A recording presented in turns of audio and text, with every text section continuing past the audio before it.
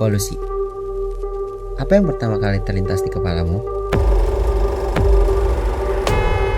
Mungkin asap kendaraan, cerobong pabrik, atau sampah plastik.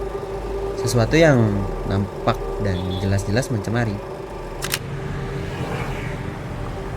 Memang, sumber-sumber polusi saat ini menjadi tantangan yang sangat besar memasuki tahun 2026. Tapi bagaimana jika sumber polusi yang berkembang di saat ini justru tepat ada di depanmu sekarang?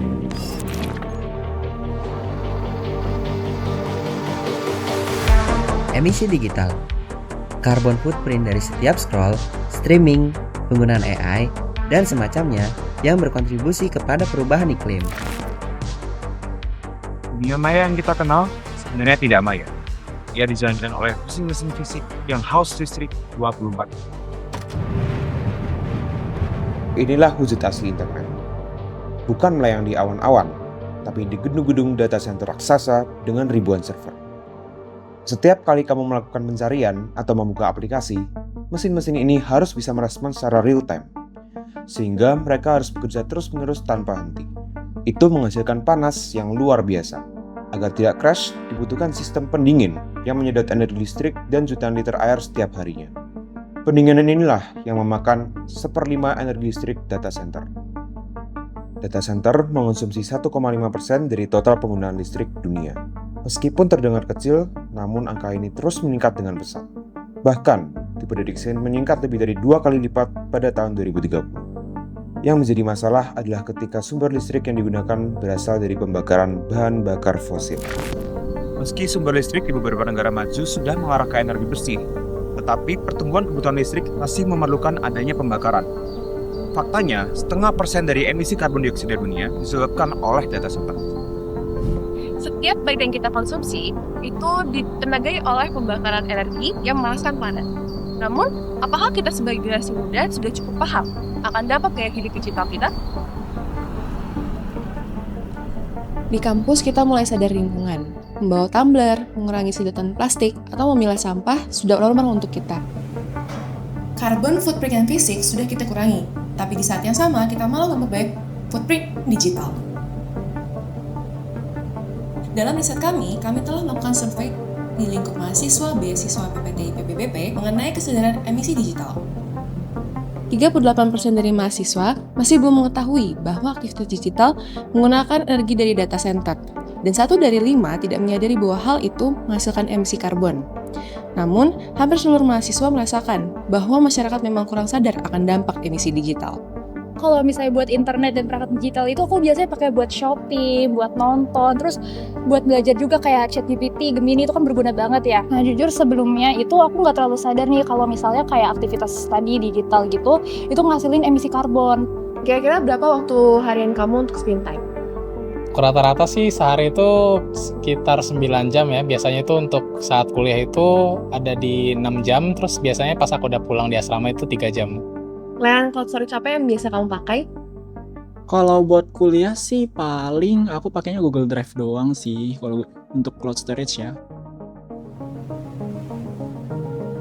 Kamu mungkin menganggap menyimpan file di Google Drive dan tumbuhan inbox di emailmu adalah benda mati yang diam saja. Namun sebenarnya, menyimpan data di cloud storage itu membutuhkan listrik yang terus-menerus agar datanya dapat tetap terpelihara.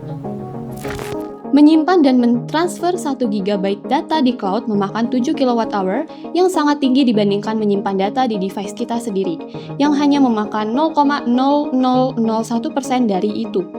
Pemakaian yang kurang efisien ini menyebabkan emisi CO2 sebesar 200 gram per gigabyte per bulan. Mahasiswa pada umumnya menyimpan sekitar 150 GB di cloud, sehingga emisi mereka adalah 30 kg per bulan. Gas karbon dioksida ini akan membutuhkan 6 bulan untuk diserap sebuah pohon. Jadi, menghapus file dan email sampah serta menyimpan di lokal adalah cara paling mudah untuk memutus arus listrik yang tidak diperlukan dan mengurangi emisi digital kita. Saat ini, hampir seluruh aktivitas digital kita didominasi oleh streaming video yang mencakup lebih dari 65% traffic internet global. Aplikasi seperti YouTube, Netflix, TikTok, dan layanan streaming lainnya mengonsumsi listrik sebesar 0,188 kWh. Namun, angka ini sangat bergantung pada jaringan dan resolusi yang dipilih.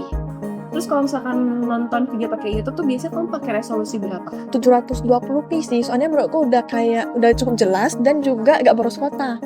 Jika menggunakan Wi-Fi, kualitas video tidak terlalu mempengaruhi emisi. Tapi, kalau menggunakan mobile data untuk streaming, emisinya lebih besar, dan kualitas video yang HD menyebabkan emisi yang jauh lebih tinggi.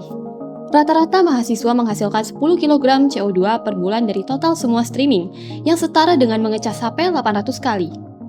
Jadi, resolusi streaming dan jaringan yang kamu gunakan akan menentukan seberapa banyak kamu memanaskan atmosfer bumi.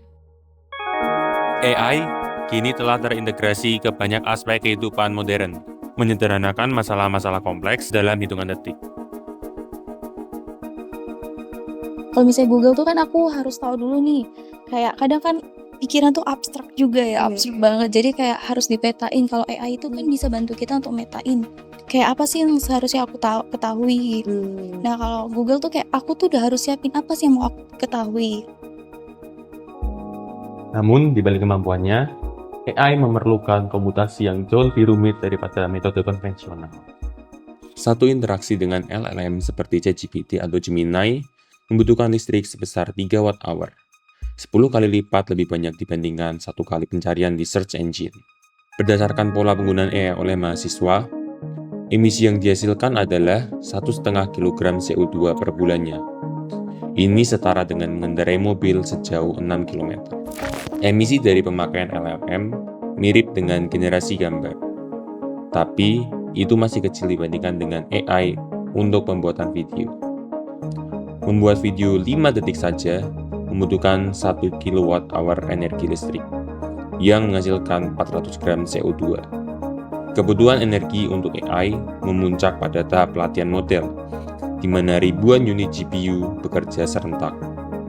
Pelatihan GPT-4 2 tahun lalu memakan energi sebesar 50 GWh. Cukup untuk menopang kota San Francisco selama 3 hari. Namun, setiap kemudahan instan yang ditawarkan, AI memerlukan ongkos lingkungan berupa konsumsi energi besar-besaran yang berdampak langsung pada kontribusi pemanasan global.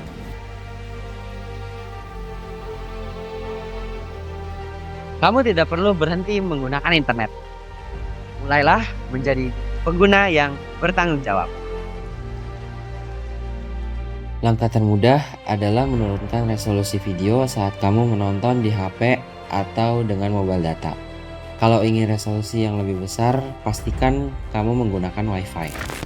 Lakukan digital decluttering secara rutin, hapus email promosi dan file sampah di cloud. Jika datamu banyak namun jarang diakses, utamakan menggunakan penyimpanan lokal seperti external hard drive. Menyimpan secara lokal lebih ramah dompet sekaligus lingkungan. Pakai AI secara selektif. Kalau mau mencari informasi, prioritaskan menggunakan search engine konvensional seperti Google atau lebih baik lagi Ecosia, search engine yang ramah lingkungan.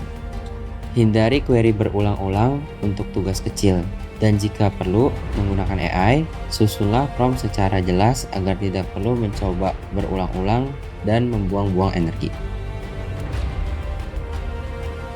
Memilih untuk menjadi pengguna yang bijak di era ketergantungan ini memanglah sangat sulit. Namun, setiap batasan yang kamu buat adalah bentuk kendali atas masa depan lingkunganmu sendiri.